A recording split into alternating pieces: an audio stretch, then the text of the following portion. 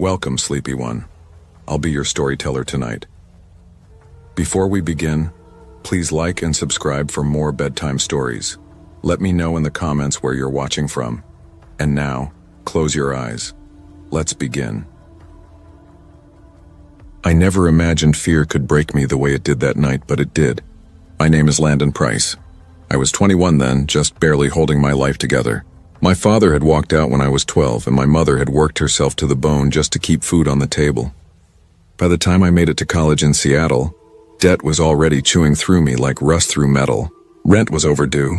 My part-time grocery job could barely cover ramen and bus fare. Some nights I'd skip meals so I could afford used textbooks that still smelled faintly of someone else's highlighter. That's why, when I saw his profile, I didn't swipe left. Dorian Vance, age 42 bio, seeking someone loyal, $800 a weekly allowance. No intimacy, just companionship. His profile picture stopped me cold. He was dressed sharply, blazer and all, but his face was hidden behind a rubber mask. Deep wrinkles, sagging jowls, a grotesque old man's grin like melted latex left too close to a flame. It was bizarre, almost laughable, but something about it felt wrong. Off. Still, my starving brain didn't see the mask. It saw $800. I swiped right. The match notification popped up instantly. Then a message. Dorian, hello, Landon. I've been waiting for someone like you. Me, that's quick. Hi, Dorian. Dorian, I don't waste time. You want this to work, don't you? $800 a week. No strings. Just spend time with me. I remember staring at the screen, the blue glow reflecting off the eviction notice taped to my fridge back home. Final warning, scrawled across the top in red ink. I thought about my mother's swollen feet, the cough she'd been hiding on our last call. Me, you're serious? Just hang out? Dorian, exactly. A smart young man like you should be rewarded for his company. You won't regret it. My heart thudded in my chest. The silence of my tiny dorm felt heavier than usual. The hum of the mini fridge suddenly too loud. I typed before I could overthink it. Me. Okay, when do you want to meet? Our first meeting was in public, a rooftop bar overlooking downtown Seattle. Wind whipped through the space, carrying the smell of rain and citrus from someone's cocktail. When I saw him, my breath caught. Dorian was dressed immaculately. Dark coat, gloves, crisp white collar. And that same horrifying mask, not a medical one. Not subtle. The mask from his profile, the drooping, aged rubber face, eyes pale and unblinking behind the holes. I laughed awkwardly, the sound small against the city noise. Is that a joke? He tilted his head, the gesture almost bird-like. It helps me stay myself, he said softly. You'll get used to it. He paid for everything without hesitation, drinks, dinner, even the rideshare that took me back to my dorm.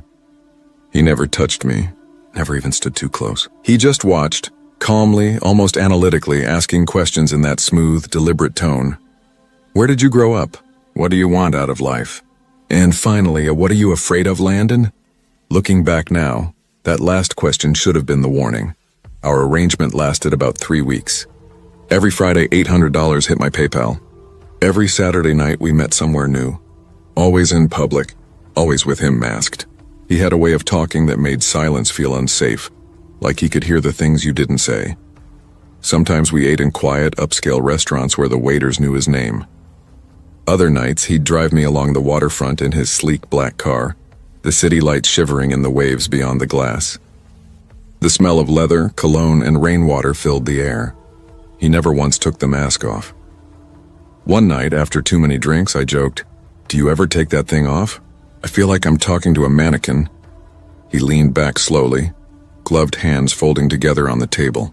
"Not around people I care about," he said. "The mask shows me who they are, what they look like when the fear comes." I tried to laugh, but it came out hollow. His tone hadn't shifted, not even slightly. No trace of irony, no smile behind the rubber lips, just that steady voice. The night it all changed, he sent a message. "I want you to come to an exclusive gathering. Not a party exactly, more of a private get-together, with people who understand me." Every instinct in my body screamed no.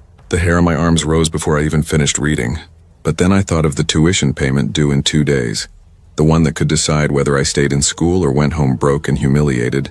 And against every voice in my head, I typed back, "When and where?" I agreed. He picked me up around midnight in his black SUV, its headlights slicing through the drizzle. The hum of the engine was the only sound as we left the city behind.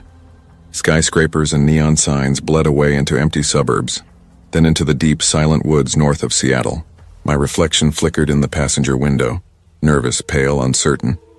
Every few minutes I glanced at him. The faint green glow of the dashboard made the rubber folds of his mask look alive, like they pulsed with breath. "Where are we going?" I finally asked, my voice small in the darkness. "You'll see," he said softly. "It'll be unforgettable."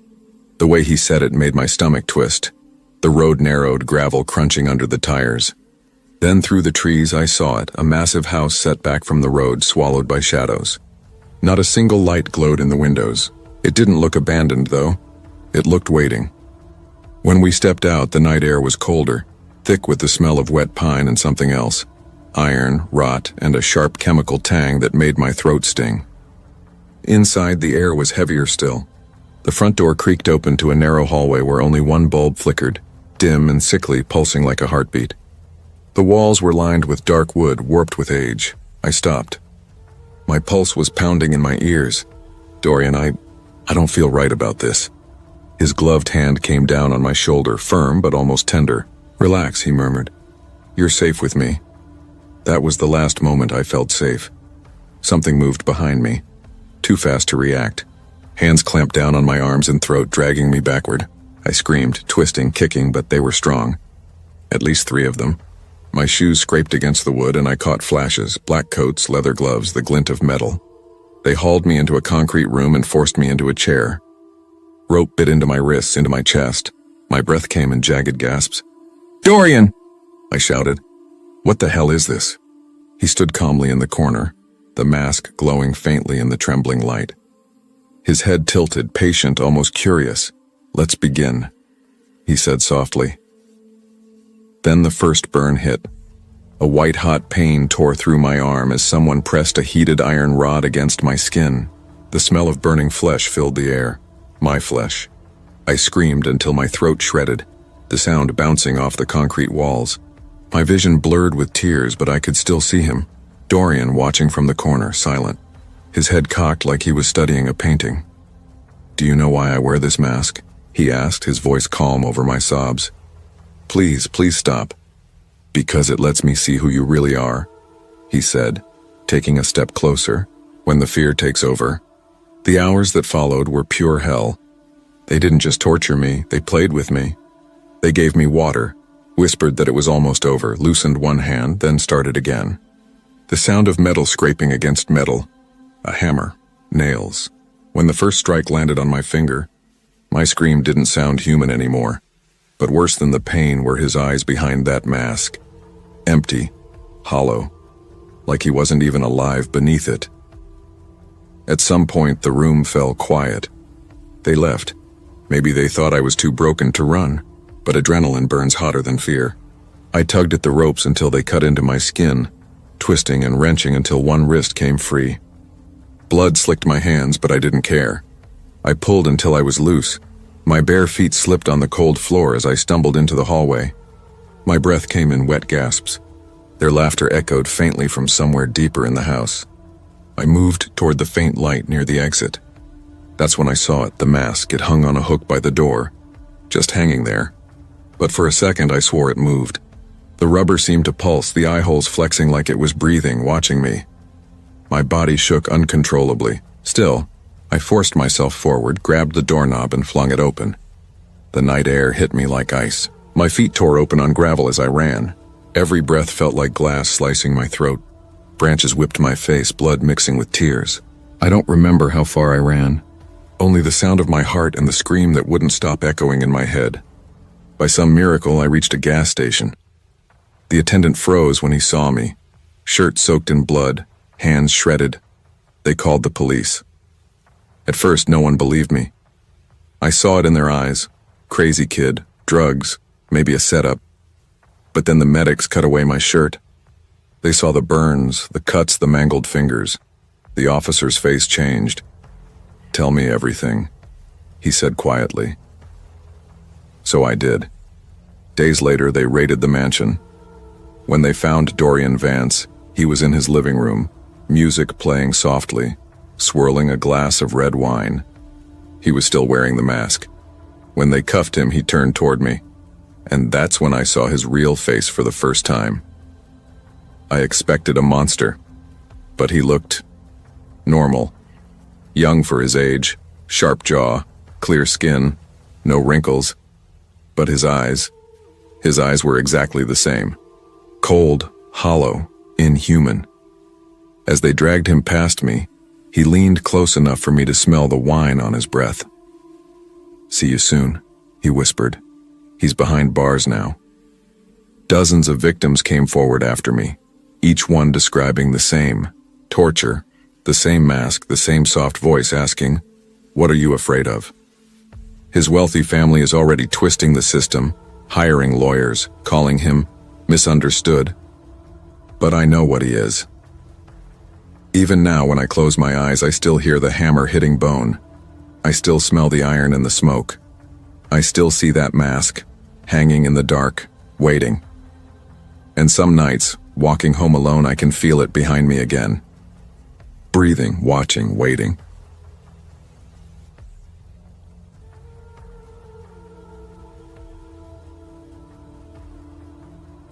I never thought I'd actually go through with it.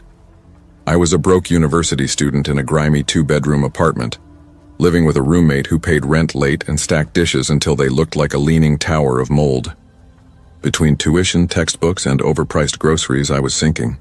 My campus job at the library barely covered utilities. I'd started counting coins from my car's cup holder just to afford ramen. That's when I saw it, his profile. Not even an ad. A Tinder profile. Damien 45, looking for a sugar baby. 700 weekly. No sex, just companionship and small favors. I stared at his pictures too long. If he was 45, then I was the Queen of England. He looked maybe 30, clean-cut, sharp jawline, dark hair combed perfectly to one side, almost too polished. His bio was short. No cheesy quotes, no shirtless bathroom selfies, no out-fishing grin like half the other guys. Just those words, $700 weekly, no sex. It screamed scam, or worse. But $700 was more than I made in a month. Against all logic, I matched with him. Almost instantly, a message appeared. Damien. Hey there, sweetheart. I winced at that word. Sweetheart. It reeked of cheap cologne and the kind of men who touched your lower back without asking. But $700 was $700, and desperation drowned pride fast. Me. Hey. The chat started simple. He asked about school, about my major. I told him psychology, mostly survival, not passion. He said he ran his own business. I asked what kind. He dodged the question every time, said it kept him busy. His tone was too smooth. Every text was perfectly punctuated, like proofread before sending. But he never crossed lines. No sleazy comments. Then came the message that changed everything. Damien, what's your Venmo? I'll send the first week up front. My pulse jumped. I typed my handle, fingers trembling. A minute later, buzz. $700 received.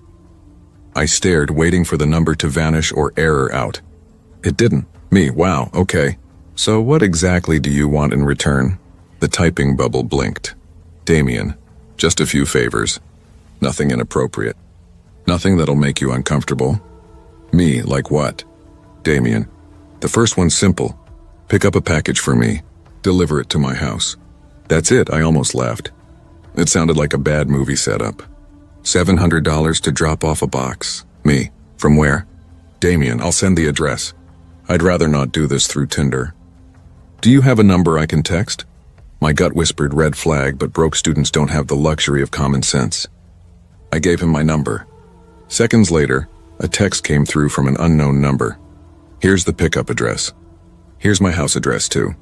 I'm not home, but there's a spare key under the blue flower pot by the door. Leave the package on the living room coffee table. Lock the door when you enter and again when you leave. I reread it 3 times. Weird, sure, but he wasn't luring me to a warehouse. Me, okay, on my way. As I pulled out of my driveway, my phone buzzed again. Damien, I'm serious. Lock the door both times. Don't forget. The phrasing made my stomach twist. The pickup house was in a dying part of town. Cracked sidewalks, flickering streetlights, weeds crawling up mailboxes. His address led me to a crooked chain-link fence, the gate hanging by a single hinge. The house looked abandoned, peeling paint, boarded windows. I almost turned around. Then a figure filled the doorway. He was huge, broad shoulders, arms sleeved in tattoos, his head brushing the top of the frame. "You here for Damien's package?" His voice was gravel, low and scraping. Yeah, I said, frozen on the sidewalk. "Stay there." He disappeared inside. My heart pounded so hard I could hear it in my throat. The street was dead silent. No cars, no people. When he came back, he carried a small cardboard box, shoebox size, one corner darkly stained. "Pop your trunk," he said. I did. He set the box in carefully and shut it with a dull thud. "There you go." "Thanks," I managed. Inching toward my car door, he paused, squinting like he was deciding something. "One more thing." My hand froze on the handle. "Watch out." I didn't reply. I got in, slammed the door, and drove. Damien's house was the opposite of that pickup shack, a mansion with perfect stone pillars, trimmed hedges, and a yard so green it looked painted on. I grabbed the package from my trunk, found the flower pot key exactly where he said it'd be, and stepped inside. The air hit me first, thick with expensive cologne and something faintly metallic. The furniture gleamed under the recessed lighting. Carved mahogany, velvet cushions, glass polished until it vanished. Everything screamed money, but too perfectly, like a museum pretending to be a home. I set the package on the coffee table. That's when I heard it, a phone ringing somewhere inside. I froze. Then my own phone buzzed. "Damien. Don't answer any calls that aren't from Marvin." My breath caught. "What?" I whispered to no one. The ringing continued, muffled but steady. Against my better judgment, I followed it down a hall into an office. On the desk, a phone, screen glowing. Incoming call. Damien. My chest constricted. I backed out slowly, left it ringing, and bolted, locking the door behind me as if that could seal whatever that was inside. That was just the first errand. The weeks blurred together after that. Drive a BMW to a park, leave it, pick up another car, meet a man named Julio at a diner, collect a locked briefcase, deliver it to a rotting house on the south side, sit with Julio for hours waiting, while Damien texted updates that made no sense but paid instantly, Venmo transfers every dollar exact. By the end of the month, I'd made $3,500. The fear dulled under the weight of that number. It was terrifying, yes, but addicting. Then one night my phone lit up at 12:04 a.m. "Damien, I need you to stay at my house tonight." 1,000, my stomach dropped. Me, why? "Damien, just follow the rules. The list will be on the dining table. Don't break them. You'll be safe." I told myself it was fine. Just one night. Just money. The house looked the same. Perfect. Too perfect. I let myself in and found the note on the dining table. Handwritten. A crystal glass holding it. Down. Rules. Lock the door when you enter. Only answer calls from Marvin. Do not turn on any faucets between 9:00 p.m. and 11 p.m. Do not open the door for anyone after 10 p.m. No matter what they say. If the hallway closet is open, sleep in the library. If it's closed, any bedroom is fine. The gardener comes at midnight. If he knocks on the windows, hide. Turn the TV to static and let it play all night. Do not forget this. Help yourself to the fridge. Payment in the morning. Good night. I read the list 3 times. My skin prickled. These weren't just rules, they were rituals. At 8:50, I brushed my teeth. The hallway closet stood open. Library it is. I locked every door, curled up on the velvet couch, the TV hissing static in the background. At 10:16, the doorbell rang. "It's the police." "Open up." I froze. "It's urgent. Open the door or we're coming in." Rule 4 echoed in my skull. Do not open the door. I stayed still, barely breathing. Silence. Then another ring. "It's Damien. Let me in." My blood turned to ice. He had a key. Why would he need me to open the door? For the next hour, the bell rang, voices shifting, pleading, demanding. None of them right. None of them real. Eventually, exhaustion dragged me under. When I woke, pale light filtered through the curtains. The smell of coffee wafted from the kitchen. And there he was, Damien, flipping eggs like it was any normal morning. "Morning," he said, casual, friendly. I forced a smile. He looked exactly like his photos. Too exactly, every detail sharpened, uncanny. I ate quickly, muttered something about class, and left. My hands shook the whole drive home. When I unpacked, I found the rules folded neatly in my jacket pocket. I didn't remember taking them.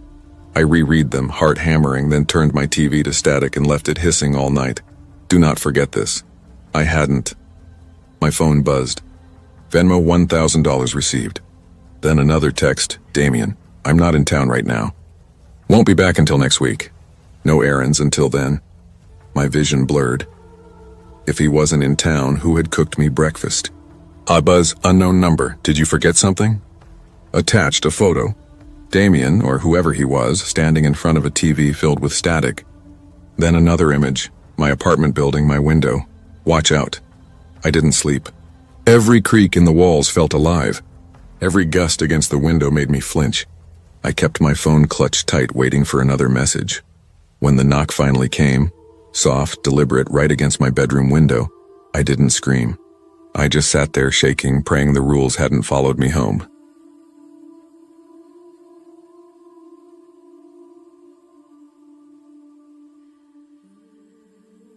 I was 22 when it happened.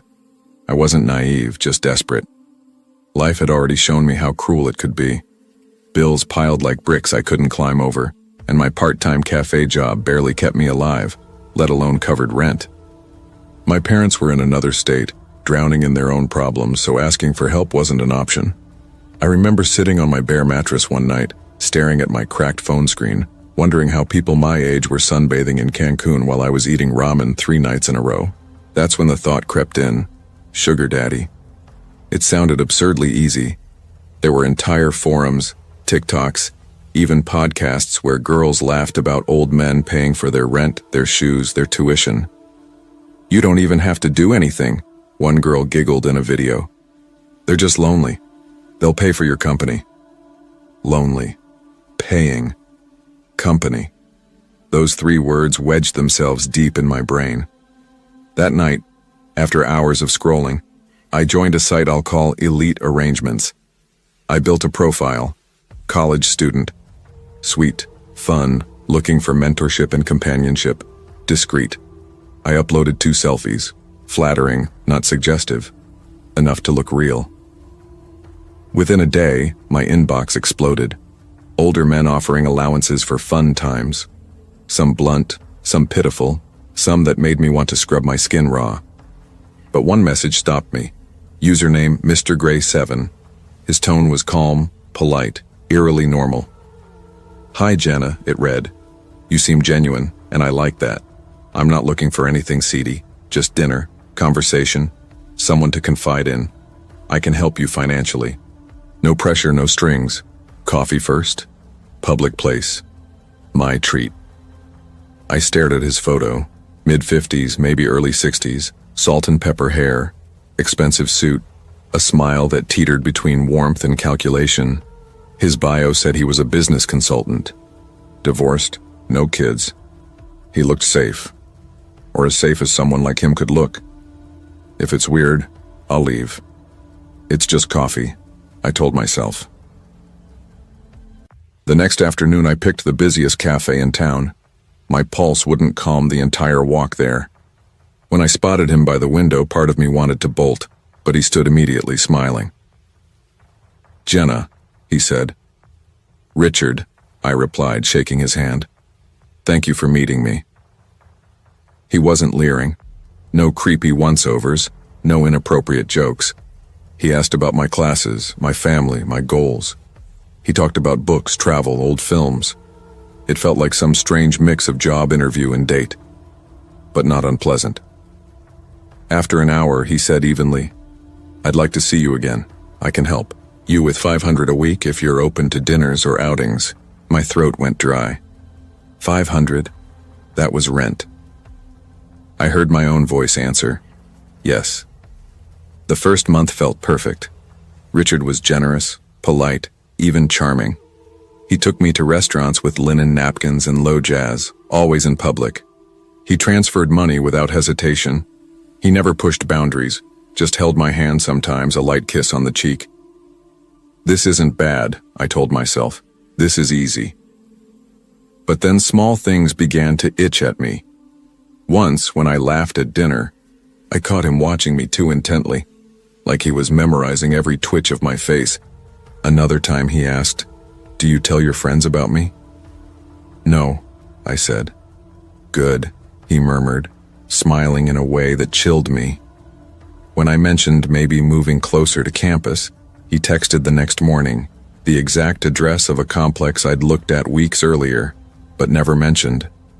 "How did you know that?" I texted. "You must have told me." "I remember things," he wrote back. I didn't remember.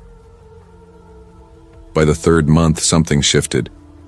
We were at a quiet Italian place, candles flickering like nervous hearts. He reached across the table, fingers closing around mine. "You make me happy, Jenna," he said softly. "Happier than I've been in years." I smiled, unsure. "I'm glad." "I don't want to share you," he added. I froze. "What do you mean?" "I mean, I don't want you seeing other men. Even boys your age. I want this exclusive." His gaze pinned me like a knife through fabric. "Can you promise me that?" "Richard, promise me," he repeated, voice low. My pulse thudded in my ears. "Okay. Sure." His grip eased, and then he smiled. "Good girl." That night when I got home, a small box waited outside my door. Inside, an unopened iPhone. Beneath it, a note. "So you never ignore my calls." R. My stomach turned. I'd never given him my address. In the weeks that followed, his messages multiplied. Every hour. "Where are you? Who are you with? Why aren't you answering?" If I didn't respond fast enough, more would come. Shorter, angrier. Once, after a shift at the cafe, I spotted him parked across the street, smiling through his windshield like it was the most natural thing in the world. When I confronted him, he said softly, "I just wanted to make sure you got home safe." I wanted to believe him. God, I really did. But one night around 2 a.m., my phone buzzed non-stop. Dozens of messages filled the screen. "Are you asleep? Answer me. I know you're awake. Why are you ignoring me? Don't make me come over." I stared at my locked door, heart hammering so violently I could hear it in my ears, wondering if he was already outside. When everything finally unraveled, it started with an invitation. A weekend getaway, he called it. A cabin just outside the city. Just us. No interruptions. My gut screamed no. But rent was due, and I was terrified of what he'd do if I refused. So I said yes. The drive twisted through narrow roads flanked by endless trees.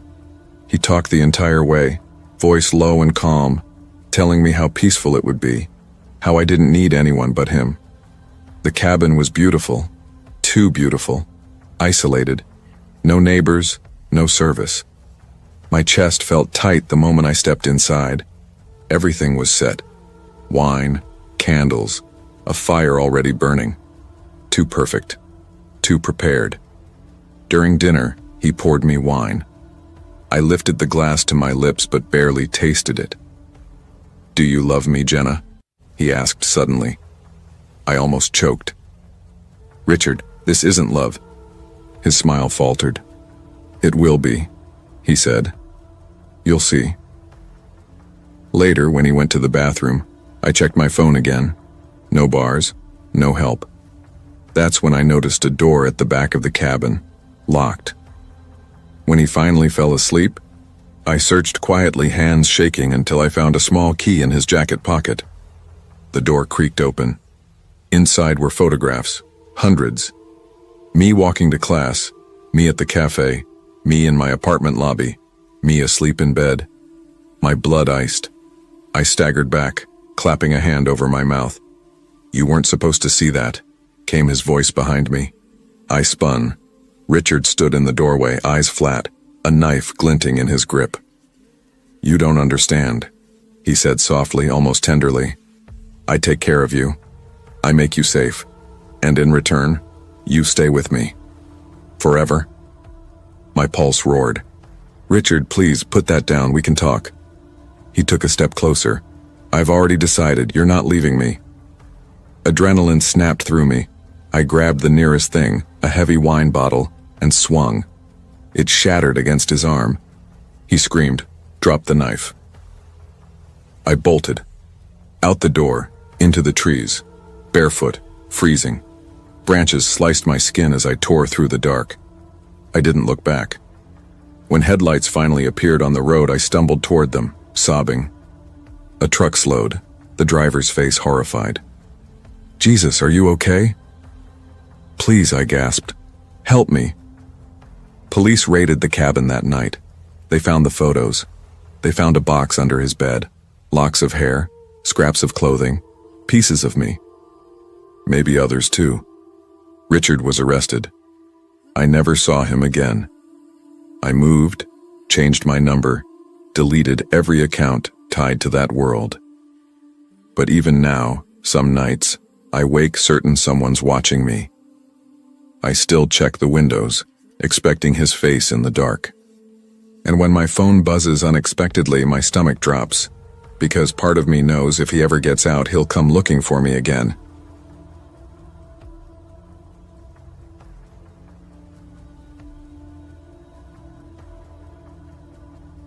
I never thought I'd give online dating another chance. After a string of awkward meetups, ghosted conversations, and one unforgettable train wreck of a dinner where the guy showed up already drunk and asked if I could spot him 50, I swore I was done. But loneliness, real bone-deep loneliness, has a way of slipping in when you least expect it. My name's Lena Graves. I'm 26 and live alone in a small apartment near the harbor in Portsmouth, New Hampshire. Nothing fancy, peeling paint, thin walls, a leaky faucet, but it's mine. Just me and my cat, Juniper. I work as a copy editor for the Portsmouth Chronicle, a job that barely covers rent but at least keeps me busy. My friends have drifted into their own lives, married, pregnant, overworked, and somewhere between quiet dinners and Netflix nights, the silence in my apartment started to feel heavier. So, one night after too much wine and too little sleep, I downloaded a new dating app that claimed to be for serious connections. Usually, that translated to middle-aged men flashing watches, yachts, and promises.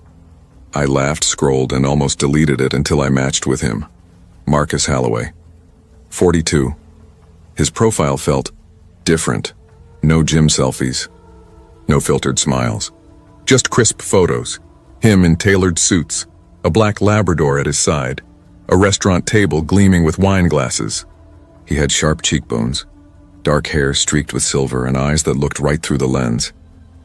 There was something about that gaze, unsettling yet magnetic. His message came almost instantly. You're stunning. I'd like to take you somewhere nice. No games, no pressure, just dinner and conversation. I should have ignored it. Every instinct told me to, but I didn't. Something inside me, some lonely, curious part, whispered that maybe this one could be different. He picked the restaurant.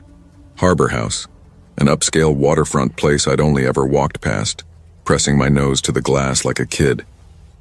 When I arrived, the place was unnervingly quiet. Soft piano music played from hidden speakers, the air perfumed with salt and lemon butter. The maitre d' greeted me by name. Good evening, Miss Graves. Mr. Holloway is expecting you. I blinked. He already told you my name? Of course, the man said, smiling tightly. This way, please. The dining room was nearly empty except for one round table in the center, lit by a single pendant lamp. Marcus sat there alone, a glass of red wine before him. He looked exactly like his pictures, polished, poised, composed. Lena, he said, standing as I approached. His voice was deep, precise. You're even lovelier in person. Heat rushed to my face. Thank you. This place is, wow, really fancy. He shrugged slightly. I like privacy when I eat. I booked the room. That made me pause. You booked the whole room? Of course. His tone was casual, but something about it didn't feel casual at all. The waitstaff glided around us like ghosts. Quiet, efficient, expressionless. They never spoke unless Marcus gave a subtle nod or lifted a finger. You didn't have to go through all this trouble, I said, trying to laugh it off. For you? He held my gaze. I did. The way he said it made my pulse quicken. Not with excitement, but something colder. I smiled, forced. "You're making me feel like a specimen in a lab." He didn't blink. "You're perfect. Exactly what I wanted." The words slid over the table like ice. I laughed softly to diffuse the tension, but something in his stillness unnerved me. I talked too much, probably. About my job, about Juniper, about my horror movie obsession. Marcus listened intently, barely moving, his expression unreadable. No smile, no frown. Just that fixed mask of attention that made me feel both seen and dissected. Finally, I lifted my glass with a teasing grin. "So Marcus, be honest. Are you secretly a doomsday robot?" He met my eyes, raised his glass, and said quietly, "No, I'm not." The answer was so literal it made me laugh, though something about his tone lingered. Dinner ended sooner than I expected. He paid in cash, crisp, immaculate bills that looked like they'd never passed through human hands. I don't know why, but that small detail made my stomach twist. When we stepped outside, the night air was damp with sea breeze and mist. I surprised myself by asking, "Would you like to come over?" His reply was instant. "Yes, I'd love that." He followed me to the lot where his sleek black car gleamed under the streetlight. I hesitated, then said, "Actually, let's take mine." My sedan looked pathetic next to his, but I needed that control, however small. He didn't argue, just opened the passenger door and settled in. His movements were smooth, deliberate, too deliberate. During the drive, I kept stealing glances at his hands folded neatly in his lap. They were pale, cool when I brushed against them, almost stiff. Not lifeless, just restrained. We kissed outside my apartment door. His lips were soft but calculated, every motion measured. It was the kind of kiss that felt studied, like he'd practiced it 1,000 times on air. Then suddenly, flash. A burst of white light flooded the porch. I gasped and jerked back. "What the hell? Who's that?" Marcus didn't even flinch. He turned his head slowly toward the light and said, calm as ever, "That's what I'd like to know." I looked up and froze. Standing in the doorway across the hall was Mr. Rowan, my neighbor. Late 60s, soft belly, hair thinning like snow on stone. He'd always been there, hovering near his apartment door, pretending to check his mail or sweep the floor whenever I passed. But now he wasn't pretending. He was standing perfectly still, a flashlight pointed straight at us. Its beam cut through the dark like a blade, landing squarely on Marcus's face. "Jesus," I muttered under my breath. "Ignore him. He's just weird." Marcus didn't respond, but the way Rowan's eyes locked onto him made my stomach twist. This wasn't simple nosiness. He wasn't watching me. He was studying him, the way Marcus had studied me all night. Inside my apartment, Marcus's voice was calm but firm. "Turn the lights off." The words weren't a suggestion. They were a command, quiet but absolute. I hesitated. "It's kind of late for—" "Please." Something about the tone made my body obey before my brain caught up. I switched off the lamp. Darkness swallowed the room, broken only by the faint amber glow seeping through the blinds. Marcus's hands found my waist. His touch was cool, deliberate, almost rehearsed. He spun me around, playful on the surface but precise. Too precise. His movements felt engineered, like choreography rather than passion. When we fell into bed, it was raw, consuming, disorienting. He was strong, inhumanly strong, but controlled every motion exact. I drifted off in his arms, exhaustion and unease wrapping around me like twin vines. Then came the creak. I opened my eyes. My apartment was tiny, so every sound had a weight to it. Pipes groaning, walls shifting, but this was different. Slow, deliberate. Footsteps. "Marcus," I whispered, shaking him gently. He didn't move. His breathing was steady, unnaturally even, like the rhythm of a machine. The doorknob turned. A sliver of light spilled through the crack, cutting across the floor and onto the bed. My heart slammed against my ribs. Rowan stood in the doorway. His eyes were wild, and in his trembling hand glinted a knife. The light caught the blade, a thin shimmer of silver that made my skin crawl. "Mr. Rowan?" My voice cracked. He stepped in, face twisted, not just with anger, but terror. "Get away from him," he hissed. "Wait, what are you—" Before I could finish, he lunged. Marcus shot up instantly, like he'd been awake the whole time. The two collided with a sound that split the room. A violent animal struggle. Furniture toppled. The lamp crashed to the floor, shattering in sparks. I stumbled back, clutching the duvet to my chest. Rowan's knife plunged into Marcus's shoulder. I gasped, waiting for blood. But what came out wasn't red. It was black. Thick tar-like fluid oozed from the wound, glistening under the hallway light. It didn't drip, it crawled, sliding across his skin in syrupy strands. My knees went weak. What the hell is that? Marcus staggered. The light seemed to weaken him, draining him. His movements became jerky, sluggish, as if something inside him was misfiring. Rowan roared, a sound far too fierce for a man his age, and drove the knife again. Once in Marcus's chest, once into his eye. The second strike made a sound I'll never forget. A wet, mechanical crunch. Marcus fell back against the wall, then crumpled to the floor, limbs twitching once before going still. His face remained eerily calm, even in death. Rowan dropped the knife, panting hard, his face glistening with sweat. His eyes darted to me. Without a word, he reached into Marcus's jacket, pulled out a folded paper and tossed it toward me. My hands shook as I opened it. Eliminate Lena Graves. For a moment, the world went soundless. Me? I whispered. Why me? My voice broke. Who are you? Rowan's hand trembled as he lowered the flashlight. His voice came out cracked, uneven. I'm your father, Lena. And that thing, he pointed at Marcus's lifeless body, wasn't a man. He was sent to kill you. The words barely made sense. I stumbled after him barefoot across the hall. His apartment smelled of dust and stale coffee, but what I saw froze me completely. Every wall was covered with photos. Of me. Childhood birthdays. School pictures. Me at the fair with my mom. College graduation. Dozens I didn't even know existed. My mother's face appeared in several, smiling, alive. My throat closed. How do you have these? Tell me everything. Who are you, really? He turned slowly, guilt and exhaustion in his eyes. I was part of an organization. A syndicate. We built things like him. Mechanical assassins designed to look human. When I tried to leave, they turned on me. Your mother went into hiding. They couldn't find me, so they came for you. I shook my head violently. No, this is insane. You're insane! He stepped forward, his voice softening. Sweetheart, you saw it yourself. He wasn't human. You were targeted because of me. That's why we have to leave tonight. I could barely breathe. You said Mom's alive? He nodded once. She's waiting for us. Outskirts of Montana, remote, off their radar. We can be a family again. My legs felt hollow beneath me. My heart beat in two places, my chest and my throat. Everything I knew, every ordinary piece of my life, had shattered. But then I thought of Marcus, of the black fluid seeping into my sheets, the way his eyes had flickered like dying lights. And I realized I couldn't stay. I packed what I could, clothes, documents, Juniper's carrier. Rowan or my father loaded everything into his old sedan.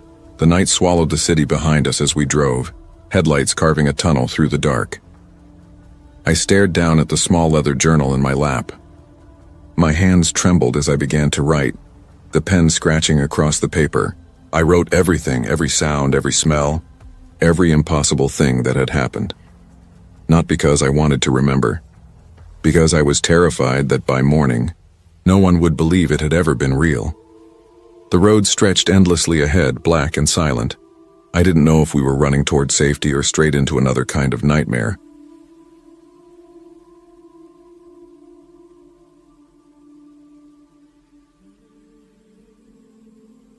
I never imagined a single swipe on a dating app could twist the trajectory of my life so completely.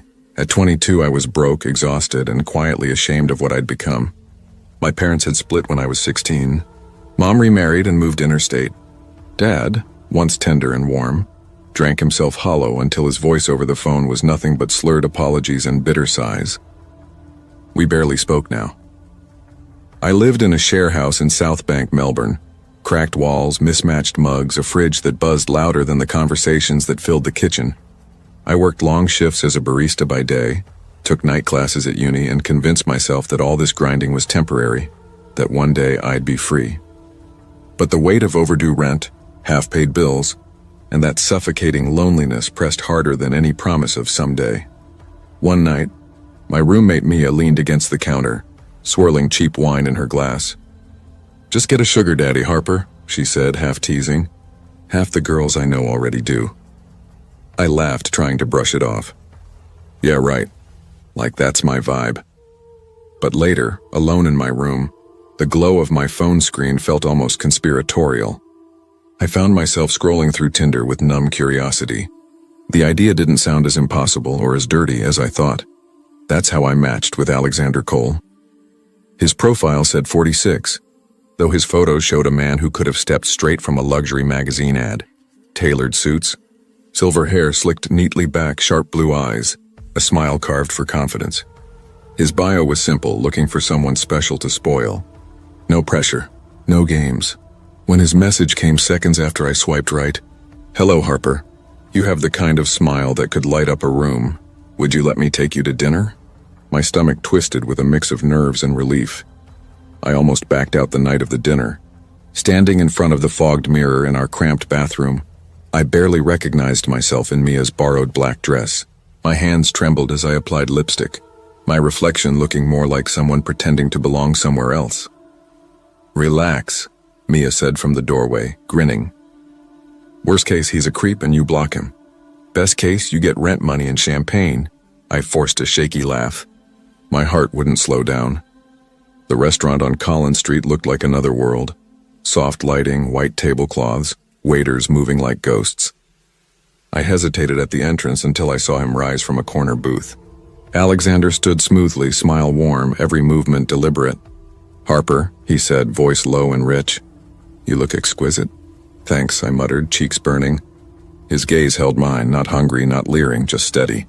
It disarmed me. Dinner felt like stepping into someone else's life. He ordered champagne for himself, but insisted I stick with sparkling water. "I don't mix alcohol with meaningful conversation," he said lightly. "I'd rather know you clear-minded." He asked questions about uni, my dreams, my childhood, and listened with unnerving focus. When I stumbled over anything about my father, he didn't pry. He only nodded, thoughtful, like he'd already understood too much. By dessert, he slid a small envelope across the table. "For your rent," he said simply. "Consider it a gift. No strings, just let me see you again." Inside was $700 in cash. My throat tightened. I should have felt disgust, shame, but instead a wave of relief hit me so strong it made my eyes sting. Alexander wasn't like the men Mia warned me about. He never asked for sex. He called himself my mentor. He took me to restaurants I'd only seen in magazines, to his penthouse in Turak, where the view spilled out over the city, and to quiet art galleries where he'd whisper about brushstrokes as though he'd painted them himself. Sometimes he'd drift into strange territory. Once, while driving me home through the blurred city lights, he asked softly, "Have you ever thought about death?" I blinked. I guess. Who hasn't? "It's better to die comfortable," he said, eyes fixed on the road, "than to die chained." Then he smiled as if he'd told a joke. But something about the words stayed with me. Despite his calm and wealth, unease threaded through everything about him, the way his eyes lingered a second too long, the way his hand brushed my shoulder a moment too late to be accidental. Still, I stayed, because I needed him. By the third month, my feelings had tangled into something I couldn't name. He was twice my age, and yet, when he looked at me, I felt both safe and trapped at once. And yet, when he looked at me across the dinner table, I felt chosen. Special in a way that made my pulse quicken and my chest tighten. But soon I started to notice the cracks. One evening, as we lingered over dessert, I asked lightly, "So, do you see other girls like me?" He tilted his head, lips curling into a faint, amused smile. "Harper," he said softly, "you are not like anyone. Don't compare yourself." Still, I pushed, half laughing to disguise my insecurity. "That's not really an answer." He leaned closer across the candlelight, his eyes gleaming. "If you must know, yes, I meet people. I help people. You are not the first, but..." His voice dropped to a near whisper. "You could be the last." The word sent a tremor down my spine. I couldn't tell if it was fear or excitement. That week, I started noticing her. A blonde girl, maybe 19, always hovering at the edge of places Alexander and I had been. Once I saw her sitting alone at a cafe he'd taken me to before, her pale hands wrapped around a coffee cup she never drank from. Another time she stood outside the university library staring at the ground until she felt me looking, then quickly turned away. And then, one evening, I saw her with him. Alexander. My Alexander. They were walking into a restaurant in St. Kilda, his hand resting gently, familiarly on the small of her back. My stomach twisted so violently I had to step into an alley to catch my breath. The next time I saw him in his apartment, I tried to sound casual. "So, Alex," I said with a forced laugh, "I saw you the other day with a very pretty young girl." His expression didn't falter. "Ava," he said finally, his tone even, a troubled soul. "Like you once were. She's a friend." "A friend," I repeated, my voice tight, the word tasting bitter. He smiled faintly. "Don't look so wounded, Harper. You and I, we're bound differently."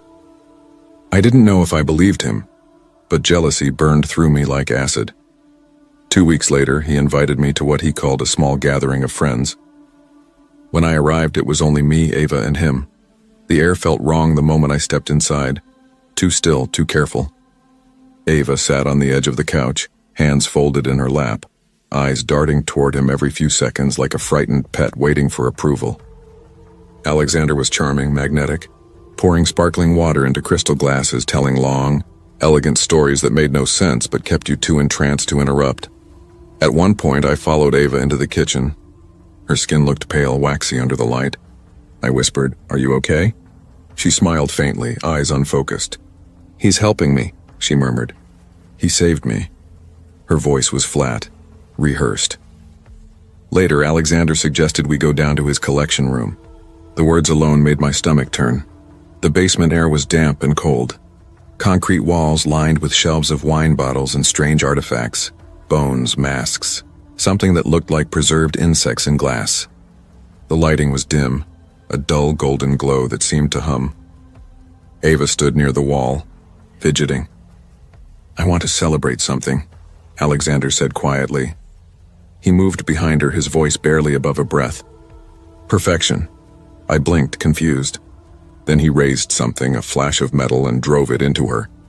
The sound was wet and wrong. Ava's scream tore through the air, cut short when his hand clamped over her mouth. Blood sprayed across the polished concrete, dark and glistening. I couldn't move, couldn't breathe. Every muscle locked in terror as he held her until her body went limp, sliding to the floor in a spreading pool. When he turned to me, his face was calm, serene. His eyes glowed with a twisted clarity. "This," he whispered, "is the only way to enjoy what's beautiful." I wanted to run, to scream, but my body betrayed me. My hands trembled, useless. My mind fractured into static. And when he told me to help, I did. I don't know why. Fear, shock, the strange hold he had over me, it all blurred into one. I helped him drag her body. I helped clean the blood. And then I left. The next days were a blur of liquor, pills, and denial. I avoided Mia, ignored my phone, and told myself it hadn't happened. But it played on repeat every time I closed my eyes. Ava's scream, the smell of iron, the way her body fell. Then came the sirens. Police cars outside, knocks echoing down the hall. When they reached my door, I stood there numb. My mouth moved before my mind could stop it. "Yeah," I heard myself say. "I helped hide the body." The officer froze, eyes wide. I wasn't sure if I'd actually spoken out loud or just thought it. Months later came the trial. The newspapers splashed his name across every page. Alexander Cole, 47, financial advisor, accused of murder. They wrote about Ava's body, found in a landfill sealed in a freezer first. They wrote about me, the student companion, the girl too entangled to pull away. In court, he looked at me once, just once, and in that brief glance I understood. You will never be free of me. Even now I still wonder, was I his victim or his accomplice? Some nights I scroll back to that first Tinder message. The words still glow on the screen like a curse. Would you let me take you to dinner?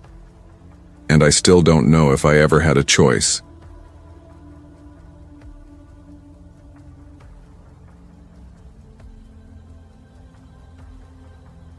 I thought I knew him. I was 67 years old when it happened, and after 44 years of marriage, I truly believed there was nothing left in the world my husband could do to surprise me. Marriage, after all, is built on routine. You learn the rhythm of another person's existence, the sigh he lets out when he's tired, the quiet grimace that flickers across his face when his knees ache, the little habits that become as familiar to you as the beating of your own heart. That's why the changes, small as they were, didn't sit right with me. A new cologne, sharp and synthetic, the kind a man half his age might wear. A smile that lingered a second too long after a text message. The quiet click of his phone being placed face down on the table, screen hidden. I told myself I was imagining things that suspicion was unbecoming in a woman my age. After all, Martin and I had survived raising 3 children, 3 mortgages, and every storm life could conjure. He was my partner, my anchor, my constant. But sometimes your instincts whisper the truth long before your heart can bear to hear it.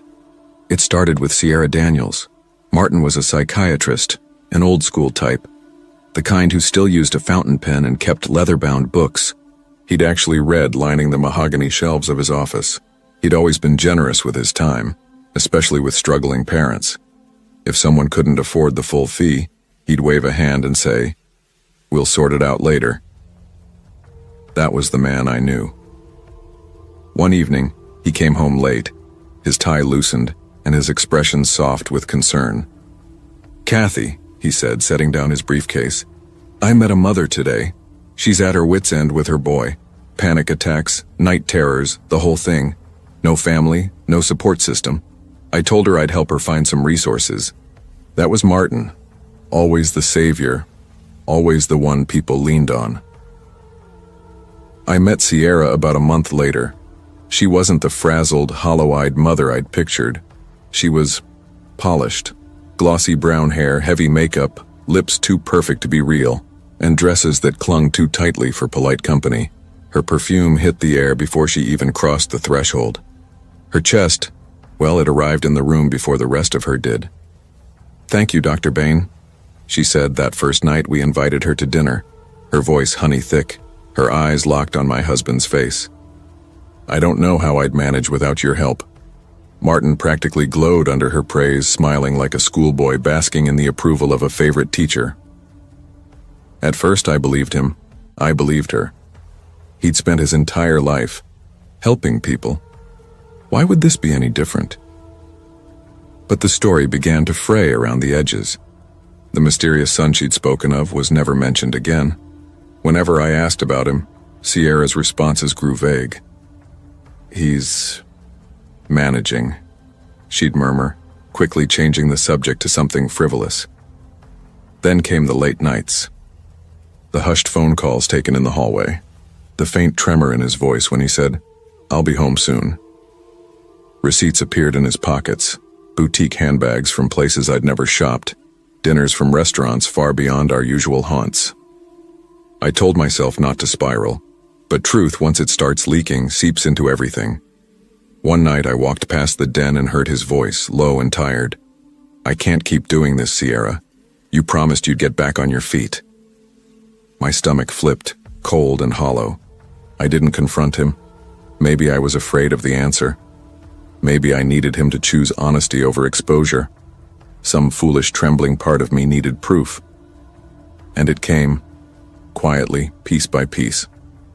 A conference in Reno that didn't include me, though for decades he'd never attended one alone. A casual lie about Sierra being a medical rep, though he'd once called her the mother of a patient. His face tightening, just slightly, whenever I asked for details. I remember one morning vividly. He was at the kitchen table, adjusting his watch strap, sunlight catching the silver in his hair. "Just 2 nights," he said, forcing a smile. "I'll be back before you know it." I stared at him for a long moment, the smell of coffee sharp in the air, my throat dry. "Is Sierra going to be there?" I asked. The way his hand froze mid-motion told me everything I needed to know. I asked. He froze just for a second, but it was enough. That flicker of hesitation told me more than words ever could. "She might," he said finally, too casual. "She's involved in the medical field." "Oh?" I tilted my head, watching him carefully. I thought her son had severe anxiety. He does, and ADHD. He's on the spectrum. I leaned forward, heart thudding. I thought you said it was panic attacks. His eyes snapped up, caught in the web of his own contradictions. For a moment, neither of us spoke. The silence between us roared, thick, suffocating, louder than any accusation I could have thrown. I stood, excused myself softly, and walked into the bathroom. When I returned, I was holding the wedding ring he'd left on the counter that morning. "Your finger shrinking?" I asked quietly, setting it on the table between us. "It must have slipped off." He swallowed hard. "Kathy."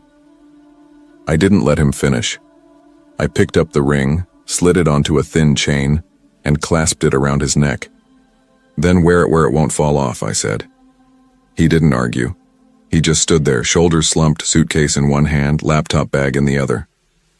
2 nights, he promised. When 3 days passed without a single text or call, the pit in my chest hardened into panic. I called his phone over and over, straight to voicemail. By the 4th day, my fingers shook as I dialed the police. 2 days later, a detective showed up at my door. Tall man, graying temples, a gravelly voice that scraped the edges of my bones. "Mrs. Bain," he said, removing his hat gently, his eyes carrying the weight of what he was about to say. "We found your husband's body." The world thickened, slowed to syrup. They'd discovered him in an abandoned sedan off a dusty highway outside Reno, bludgeoned, his head wrapped in a towel, soaked through with blood. "It wasn't random," the detective said quietly. "This was personal." The investigation stripped away every comforting lie I'd built my marriage upon. Sierra wasn't a struggling mother. She wasn't a medical rep. She was an ex-adult entertainer whose career had crumbled into escort work and scams. Martin had started out helping her, paying rent until she got back on her feet. Then came the credit cards, then jewelry, then expensive handbags from boutiques I'd never seen. He told himself he was being kind, noble even. But she had him on a leash, and she knew exactly how to yank it. When he finally tried to cut her off, she snapped. Hotel security footage showed them in a hallway, Martin's voice rising, his hand slashing the air in anger. "You're a parasite," he shouted. "I'm done." But Sierra didn't take rejection lightly. She called her ex-boyfriend Eddie Vance, a man whose rap sheet stretched longer than the highway where they left Martin to die. Together, they plotted revenge. Eddie brought the tire iron, Sierra brought the rage. Witnesses saw them waiting in the hotel parking lot. When Martin walked out, suitcase in hand, they moved, fast, deliberate.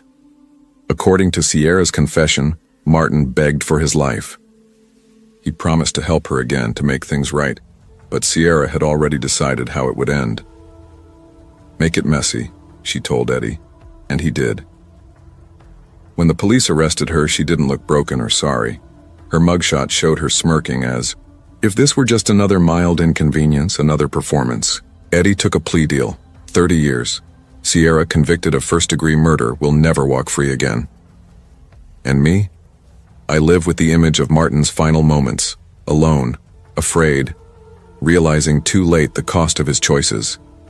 There's one detail that both destroys and comforts me. When they found him, his hand was clutching the ring I'd strung around his neck. Maybe he thought of me in those last seconds. Maybe he wished he'd chosen differently. I'll never know. But I do know this. Even the brightest minds can go blind under desire. Even the strongest marriages can splinter beneath the weight of secrets. And monsters don't always crawl out of dark alleys. Sometimes they walk right through your front door, wearing perfume and a smile.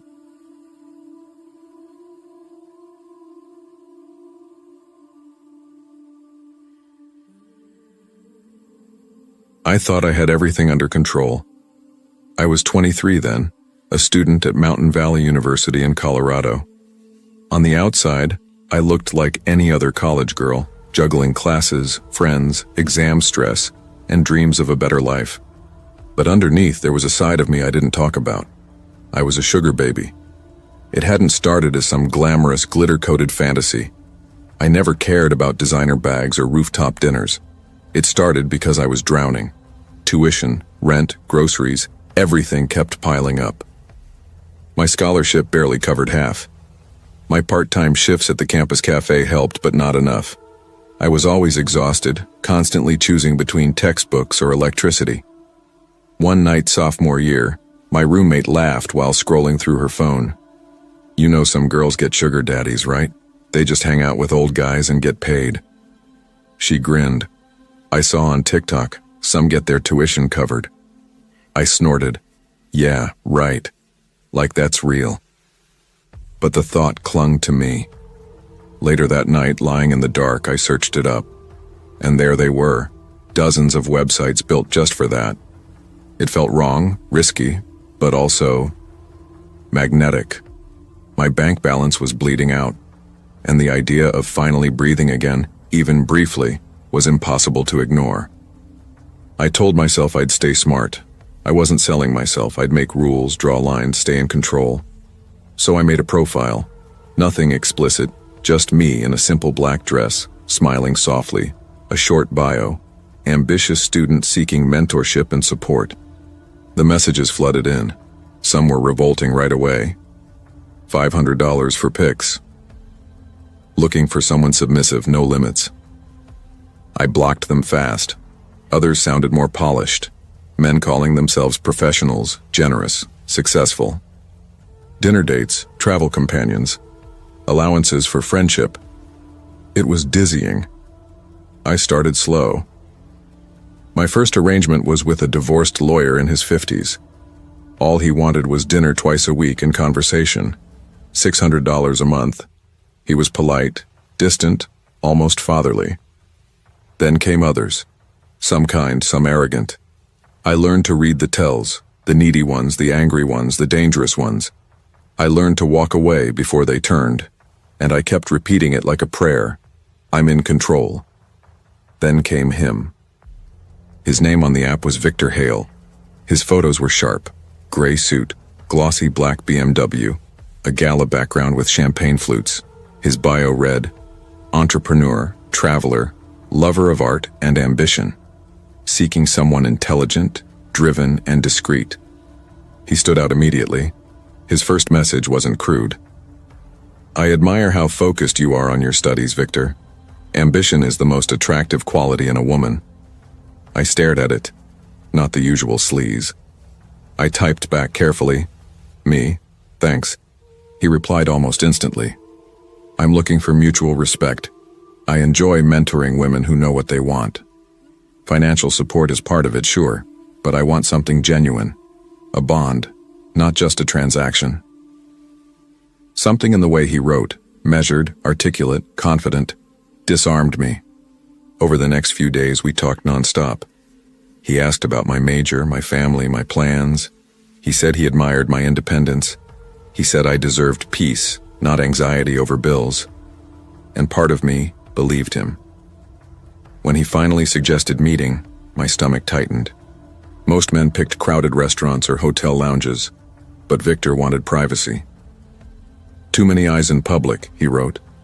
Discretion matters for both of us.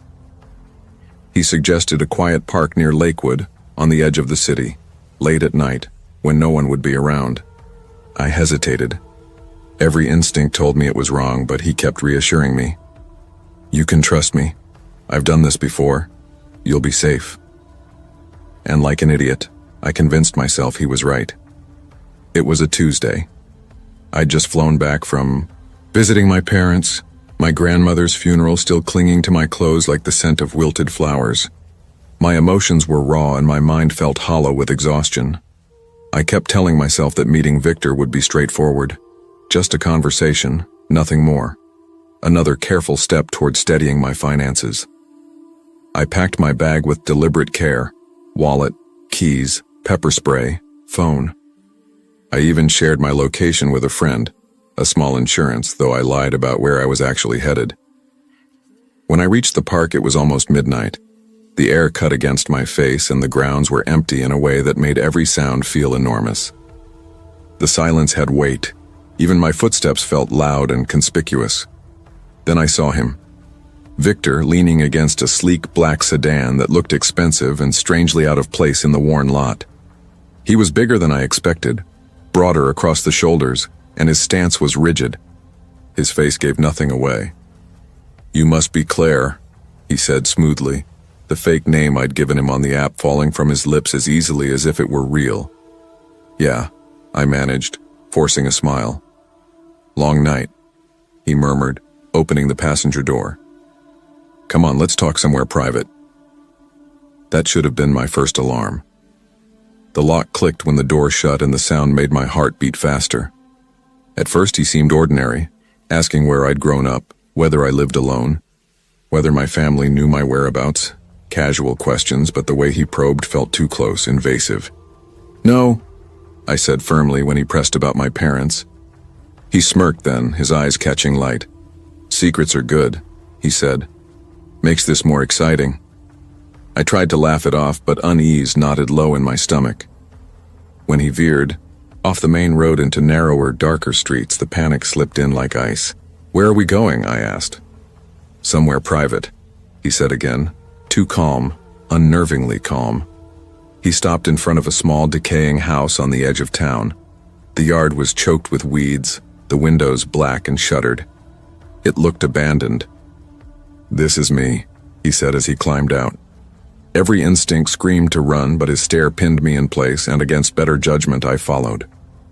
Inside, the air was stale and sharp with mildew and a chemical tang. The furniture was mismatched, and the floor cluttered with papers and dented cans. Nothing like the polished life his profile had suggested. "Make yourself comfortable," Victor said with a smirk. I sat on the couch's edge, clutching my bag like a lifeline. "Drink?" he offered, holding up a cheap bottle of wine. "No thanks," I said. He frowned but didn't push. Instead, he sat too close, his knee brushing mine. Then his hand slid onto my shoulder. "You're tense," he whispered. I put on a smile I didn't feel. "I think I should go," I said. His smile evaporated. "Go," he repeated, voice sudden and sharp. "Yes, this isn't what I signed up for." I rose and moved for the door, but he was faster. His hand closed on my arm and yanked me back. "You're not going anywhere." His grip was iron. He shoved me against the wall and clamped a hand over my mouth. My muffled scream vanished into the room. I kicked and clawed with everything I had. My nails tore at his skin, my legs thrashed. For a fleeting second, he grunted when I connected with a hit and his hold loosened, almost enough for me to slip free. He grabbed a fistful of my hair and jerked my head back so hard I gasped. "You think you can run?" he hissed. His face inches from mine, eyes bright with something not human. His other hand pressed at my throat, not fully choking, but a brutal reminder of who controlled the moment. Tears blurred my vision as I managed to whimper. "Why are you doing this?" He answered with a calm so flat it sounded like a clinical statement, like weather. "I just want to know what it feels like to kill someone." The words froze me solid. My heart stalled. This wasn't about money or companionship or sex. It was about murder. What followed was a chaotic, violent blur, struggling, screaming, fighting for air until my body slumped under the effort. My mind clawed for escape, but his strength was monstrous. The last clear thing I remember was his eyes. Empty, distant, detached, as if I were nothing more than an experiment. I thought I was in control, but I never was. The next morning, Claire Matthews, a 23-year-old student, was reported missing. Her friend said Claire had flown back late that night and never returned home. Days later, police found remains in a fire pit behind an abandoned house. The man known online as Victor Hale was arrested after digital forensics tracked his messages. His real name was Aaron Mitchell. When questioned, he showed no remorse, repeating the same cold sentence he had said to me. I wanted to know what it felt like to kill someone. He was sentenced to life in prison without parole. But none of that changes the truth. Claw's story ended in terror because she thought she was in control.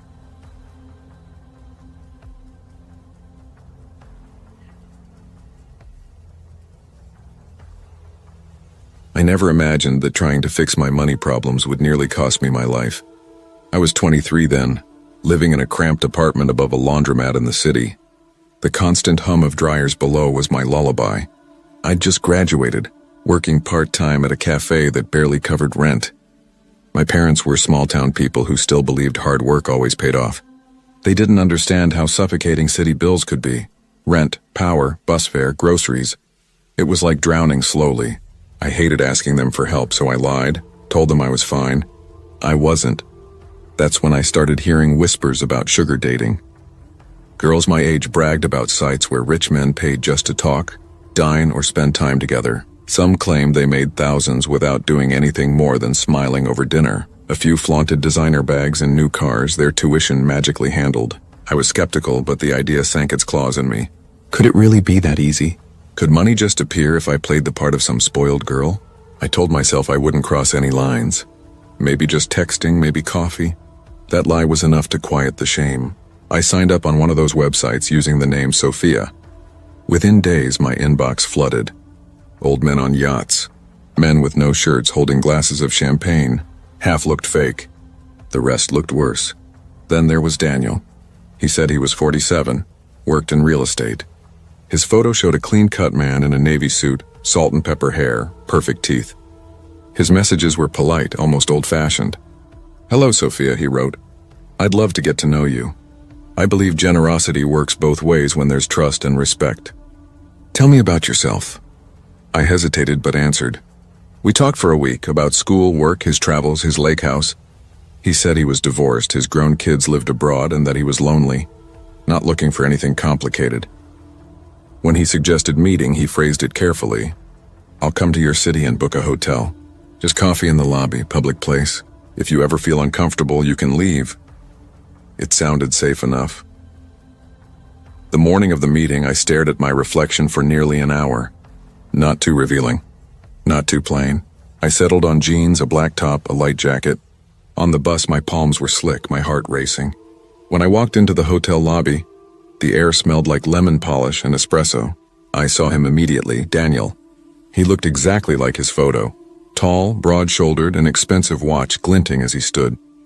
"Sophia?" he asked, smiling warmly. "Yes," I said, forcing one of my own. "You're even prettier than your pictures," he said, offering his hand. His voice was low, smooth, practiced. At first, he wasn't creepy. He spoke easily, like a man used to being listened to. We sat in the cafe corner, ordered coffee. He asked about my degree, my family, my future. I told him bits and pieces, careful to keep it light. He told me about his beach house, his business trips, his divorce. After a pause, he leaned in slightly. "I know this arrangement can seem strange," he said, tone softening. "But I mean it when I say I can make your life easier. Rent, bills, even a car. I can handle it. All I want is your company." The words were too smooth, like lines he'd used before. Still, I thought of the red-stamped rent notice sitting on my table at home. My chest tightened. After an hour, he said quietly, "I booked a suite upstairs. Maybe we can continue our conversation there, it's quieter." I froze. I thought we were just meeting for coffee. "Of course," he said quickly, raising his hands. "No pressure, Sophia. I just wanted to show you I'm serious." He reached into his pocket, pulled out a small jewelry box, and slid it across the table. My stomach turned as I opened it. A delicate gold bracelet shimmered under the cafe lights. "I want you to have this," Daniel said softly. "Think of it as the beginning of trust." I couldn't find my voice. Part of me was flattered. Part of me wanted to run. I can't accept this," I whispered. He tilted his head, eyes narrowing just a fraction. "Why not?" His smile faltered, the charm thinning. "It's nothing compared to what I'm willing to give you," he said softly. I tried to steady my voice. I don't think I'm ready." That's when his eyes changed. The warmth drained from them, leaving something cold and razor-sharp beneath. "You don't trust me?" he asked quietly. "No, it's not that." "Then come upstairs," he cut in. "No one's forcing you to do anything. Just spend the evening with me. I'll pay you $300 just to stay. No touching if you don't want it. Just let me hold you. That's all." My breath caught. I really should go," I stammered, standing up. His chair screeched harshly against the marble floor as he stood too. Heads turned briefly, but his voice stayed low enough for only me to hear.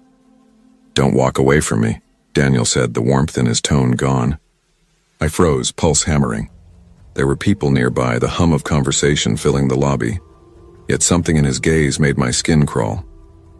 His jaw flexed, his hands clenched at his sides. "You think you're better than me?" he hissed. "No, you little girls come here wanting money, acting innocent. Do you have any idea how many of you I've met? And now you want to run after I drove 3 hours for you?" His face was so close I could smell the faint bite of mint and coffee on his breath.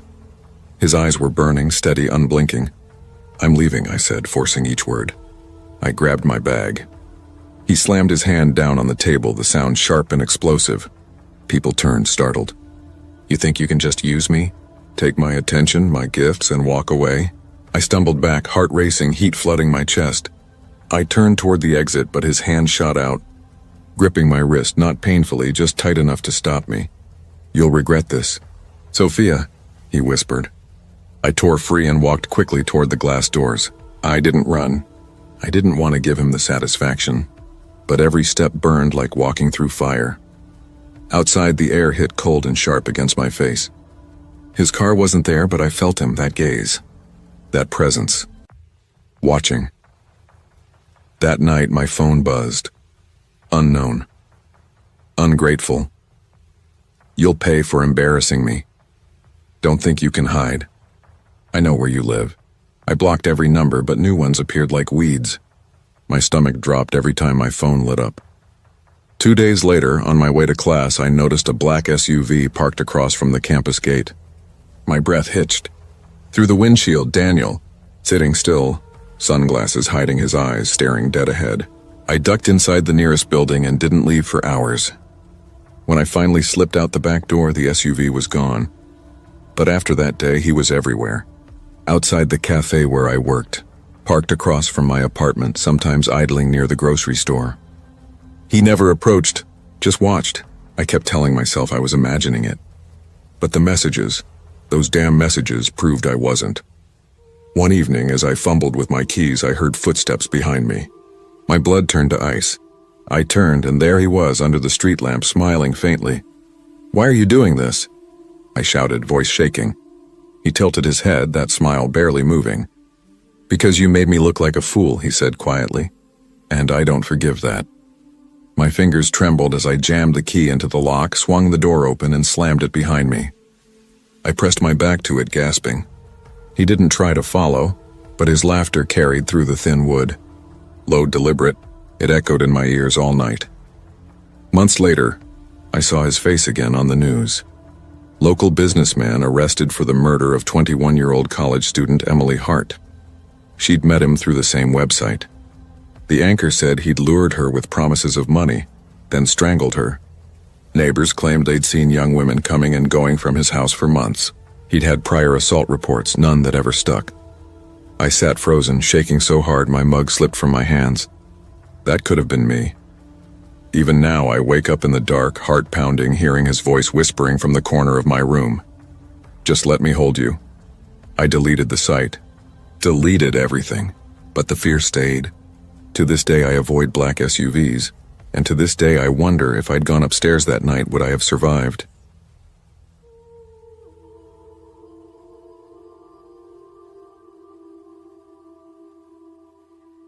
I grew up feeling like I was always one step behind everyone else.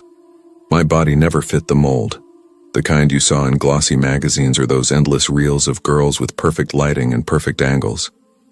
I was thick in every sense, hips, arms, thighs, and before I even understood what beauty standards were, I was already branded fat. My father was gone before I could ever remember what his voice sounded like. And my mother, though present, had her own way of cutting deep with words sharper than knives. The mirror became my quietest enemy. By my early 20s, I'd mastered invisibility. Baggy hoodies, oversized jeans, long sleeves even in July. I dodged cameras, slipped out of group photos, and built a world small enough to feel safe. Just me, my phone, and my notebooks. Writing was the only place I existed without shame. On anonymous platforms, I spun stories where women like me were seen, desired, cherished, where someone looked at them like they were the center of gravity itself. I wrote about love I'd never touched, intimacy I'd only dreamed of. And strangely, my faceless readers adored me. They called my stories tender, real. They loved me without ever knowing who I was. Outside that bubble, I might as well have been a ghost. The loneliness gnawed quietly, like a dull ache in the ribs. Nights blurred into each other. Me lying in bed, the blue glow of my phone painting my walls while I scrolled through perfect people with perfect lives. Couples laughing in kitchens. Engagement rings. Honeymoons. The more I watched, the smaller I felt. I told myself I didn't need love, that I was above it. But the truth was simpler, uglier. I wanted to be seen. That's when the ads started appearing.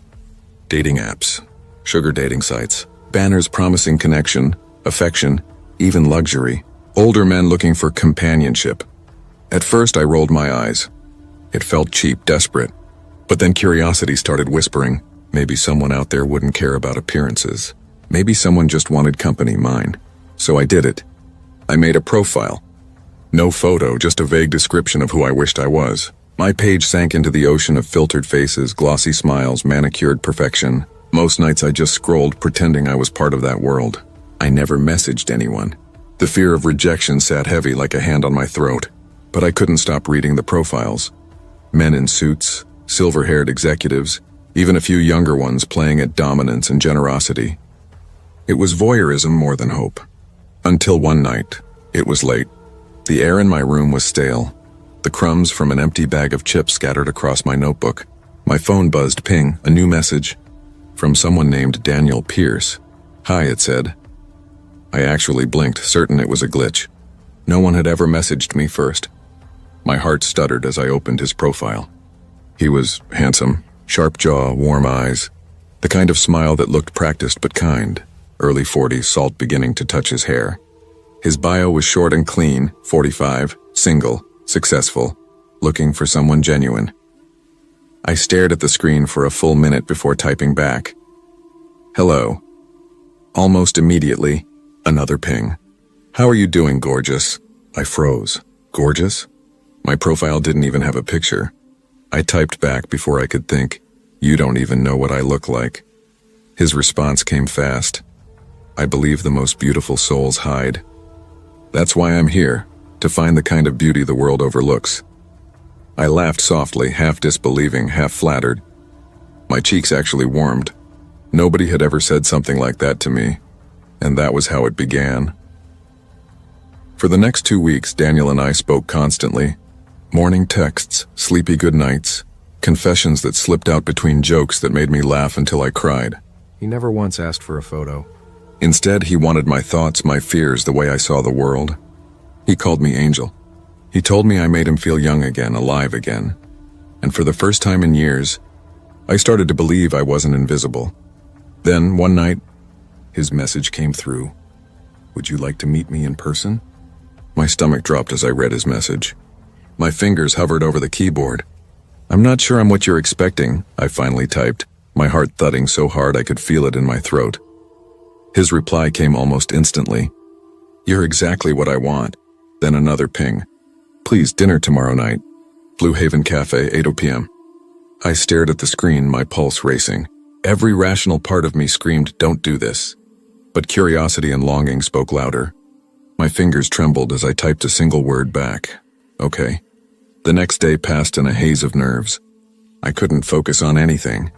I tore through my closet, trying on outfit after outfit, until I landed on a deep red dress I hadn't worn since high school. A little tight now, but it made me feel like someone worth looking at. By 7:45, my heart was already sprinting. I locked my door, clutching my small purse, and stepped outside. The night air was cool against my skin. I nearly screamed when I saw a figure standing by the gate, Mr. Lawson. He lived next door, early 50s quiet, unsettlingly quiet. Always outside in that same old wooden chair facing my house as if he didn't have anywhere else to be. He barely ever spoke, but he always watched. God, you scared me, I blurted, pressing a hand to my chest. He tilted his head, eyes unreadable in the dim porch light. Going somewhere? Dinner, I said quickly, brushing past him. His gaze followed me, heavy and unblinking. Be careful, he said flatly. I forced a small laugh I didn't feel and walked faster toward my car, his words clinging to me like static. Blue Haven Cafe was warm and softly lit, all golden tones and the low murmur of conversations. The scent of roasted garlic and coffee drifted through the air. My hands wouldn't stop shaking as I sat in a corner booth pretending to check my phone. Then I saw him, Daniel. He looked exactly like his pictures, maybe even better. Tall, broad-shouldered, his shirt crisp, his smile charming and deliberate. When he saw me, his face lit up like he'd been waiting his whole life for this moment. "You must be my angel," he said as he reached the table, his voice smooth and rich. I swallowed hard. "That's me," I managed, forcing a smile. Dinner was perfect, almost too perfect. He listened, really listened. He asked about my writing, my dreams, even my insecurities. His tone never turned mocking or impatient. For once, I didn't feel like a burden in someone's company. I felt seen. When he reached across the table and brushed my hand, my chest fluttered. I didn't pull away, but something in me, some faint, uneasy instinct, kept tugging. His phone buzzed twice during dinner. Each time he flipped it face down with a quick glance at the screen. His eyes darted toward the entrance every so often, as if he were waiting for someone. When I excused myself to the restroom, I caught a glimpse of him slipping something small into his jacket pocket, too quick to see what. My stomach knotted, but I told myself I was imagining it. Paranoia, nothing more. After dinner, he insisted on driving me home. I hesitated. "I can take a cab," I said. "I just want to make sure you get home safe," he replied softly, smiling in that disarming way that made saying no feel rude. So I agreed. The car smelled faintly of leather and his cologne, warm, expensive, intoxicating. We chatted lightly about music, about the cafe, about little meaningless things. But then, without warning, he took a turn that wasn't toward my street. I said carefully, watching the unfamiliar buildings pass by. "I think you missed the turn." No, he said, voice smooth. "Shortcut." A cold wave spread through me. My fingers tightened around my phone. Then it buzzed. A text from an unknown number. "Don't trust him." "Get out, Lawson." My blood went ice cold. I looked at Daniel. His jaw was tight, his knuckles white on the wheel. My breath came shallow. "Actually," I stammered, forcing a small laugh. "Can you stop here? I just realized I need to grab something from a friend's place." He didn't slow down. "We're almost there, Angel." "Stop the car," I said, my voice breaking, trembling. He turned to me then, his eyes darker than I'd ever seen them. "Don't you trust me?" Something inside me snapped. My hand flew to the door handle. As the car slowed at a stop sign, I shoved it open and threw myself out. The pavement tore at my knee as I hit the ground. Pain exploded, but adrenaline shoved it aside. By the time I looked up, Daniel's car was already gone, taillights vanishing into the dark. I stumbled home in shock, the world around me blurring. Every sound, every flicker of light felt distant. When I reached my street, Lawson was still outside, sitting in that same old chair. He stood when he saw me. His expression didn't change, but his voice softened just enough. "I told you to be careful." I wanted to ask him how he knew, why he texted me, what Daniel had really wanted. But the words never came. I just nodded, tears burning my eyes. That night I deleted the app. Deleted every anonymous account. Then I stood in front of my mirror, staring at the reflection I'd spent years avoiding. My face was streaked with tears, my hair a mess, my knee bleeding, but I was alive. I don't know what Daniel truly wanted. Money, control, or something worse. But I know this. Loneliness can be a predator, and sometimes the creepiest neighbor isn't the one you should fear most.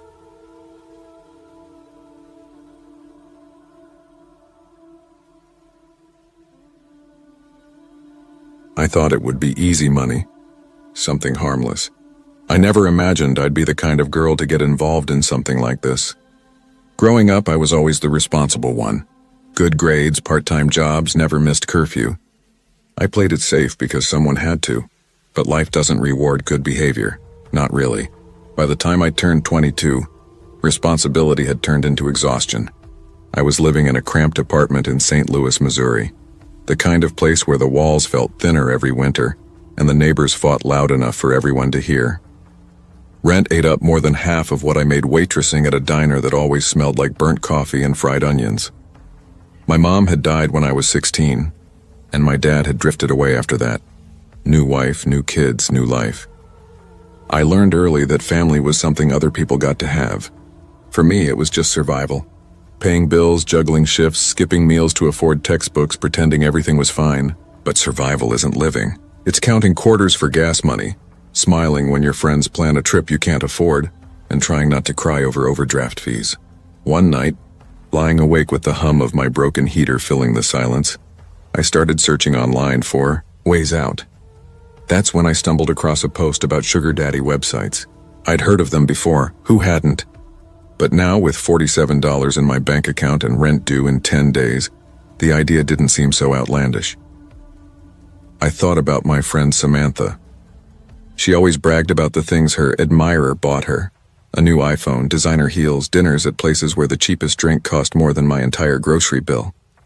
"It's not what you think," she'd told me once over takeout, her lipstick smudged from the burger she was devouring. Most of them don't want sex. They just want attention, someone to talk to flirt with. They're rich, lonely, and bored. Easy money. I wrinkled my nose. Yeah, but what if one of them's a total creep? She laughed, tossing a fry at me. Of course they're creeps, but creeps with money. That's the difference. And you stay in control, babe. Trust me, I've been doing this for 6 months and I'm rolling in cash. I wanted to laugh it off, but the words stuck in my chest.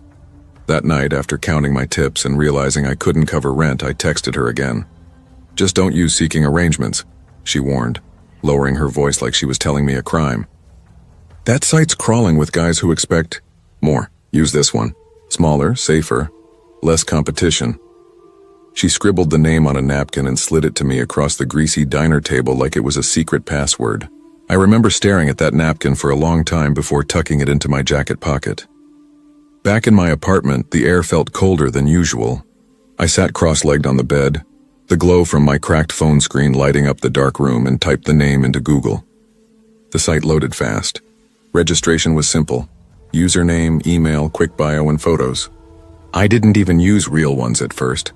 Just selfies with half my face hidden, a filter softening the edges. Within 20 minutes, my inbox exploded. Dozens of messages. Most were disgusting, crude, explicit. Like they couldn't wait to turn a girl into a transaction. How much for nudes? Want to meet tonight? Cash up front. I almost deleted the app right then. But one message stopped me. Username SilverFox39. "Hi, sweetheart," it read. "I'm not looking for anything physical. I just want someone to talk to. Someone genuine. I'll take care of you if you're willing to keep me company." His tone was different. Polite, almost gentle. Curious, I clicked his profile. Age 53. Retired businessman from Kansas City. A short bio about loving travel and old movies. No vulgar comments, no weird demands, just lonely. I hesitated, then typed back, "Hey, what kind of company are you looking for?" His reply came instantly. "Just conversation. Someone who won't judge me for being lonely. I've been divorced for years. Money doesn't mean much without someone to talk to." Something about it disarmed me. Maybe pity, maybe the illusion of safety. We chatted for hours that night about movies, favorite foods, books we'd never finished. His messages were carefully worded, a little awkward, like he was trying to sound younger than he was. But he was charming in that old-fashioned, patient way. Before logging off, he wrote, "I'd like to send you something as a thank you." "What's your Cash App?" I froze, thumb hovering over the keyboard. It felt wrong, but my stomach ached with hunger and my rent reminder was pinned to the fridge. After a long minute, I sent it. The next morning, my phone buzzed. $500 received from SilverFox39. I stared at the notification until my eyes blurred. My chest tightened, half thrill, half disbelief. It was too easy. Days bled into weeks. He kept messaging and I kept replying. Every few days, another deposit appeared, 200 here, 1,000 there. The more attention I gave him, the more generous he became. It started to feel almost normal. Like a routine. Like I was finally getting ahead. "Good morning, love. Hope you're having a great day. Sent you a little something for lunch. Ding, $300 received. Miss our conversations. Here's $700 for being so sweet." At first, I thought it was a mistake. Who just sends money like that? But it was real. For once, my fridge wasn't empty. I filled it with groceries, fresh fruit, milk, things I hadn't bought in months. I replaced my ripped shoes, Bought a couple of new outfits, even tucked some cash away in a jar labeled savings. For the first time in years, I wasn't just surviving, I was breathing. He asked for photos sometimes, but never anything explicit. Send me a cute selfie, he'd write. Or, your socks look adorable. Show me your feet in them. It was weird, sure, but not terrifying. And honestly, I faked most of it. I'd grab pictures off Pinterest or Google, pretty girls in cozy lighting, faceless legs under blankets, and send them his way. He never noticed. Or maybe he didn't care. At least that's what I thought. One night, I was lying in bed texting him between yawns, when he asked something that made my stomach tighten. When are we going to meet? I froze, the warmth draining from my body. Up until then, he'd never pushed it. I stared at the screen before typing, I don't really meet people from online, sorry, it's just not my thing. The typing bubble appeared, vanished, then returned. I've given you $10,000 already, he replied. Don't you think it's time we see each other in person? My mouth went dry. I tried to sound calm. Maybe someday. Not this week, though. Been slammed with work and school. He sent a smiley face. Simple. Harmless. But something about it. It felt wrong. Cold.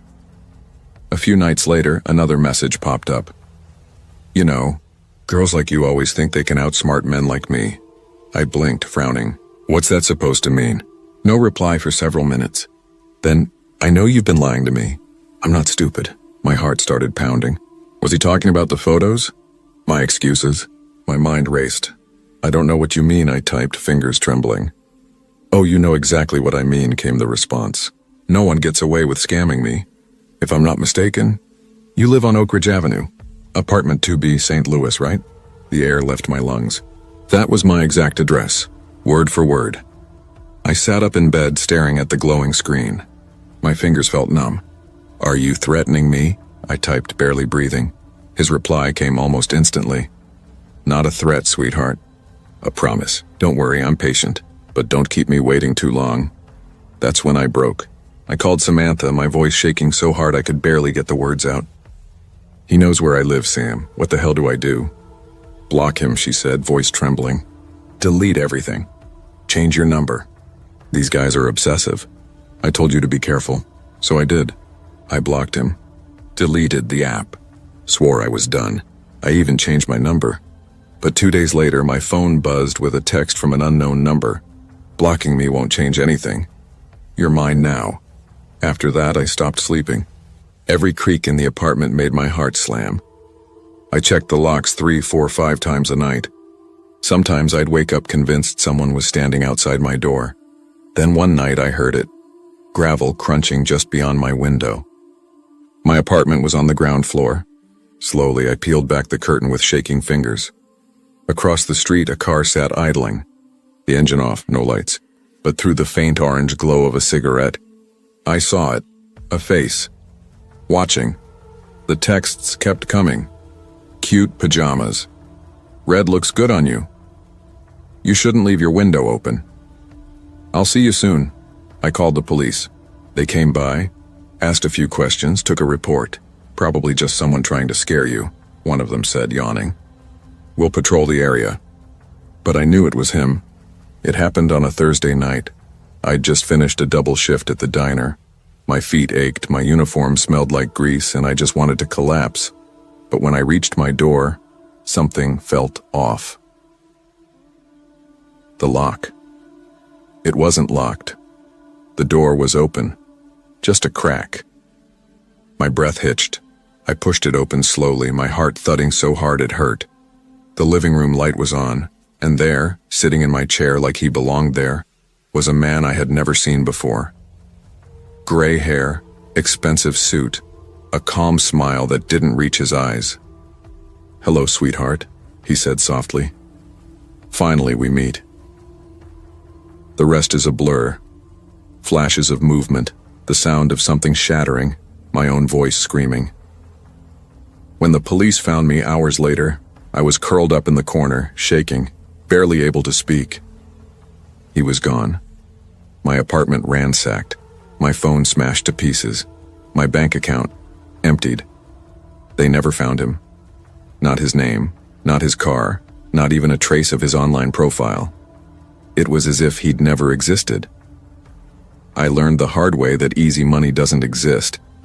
And sometimes loneliness can turn a man into something much worse than a monster.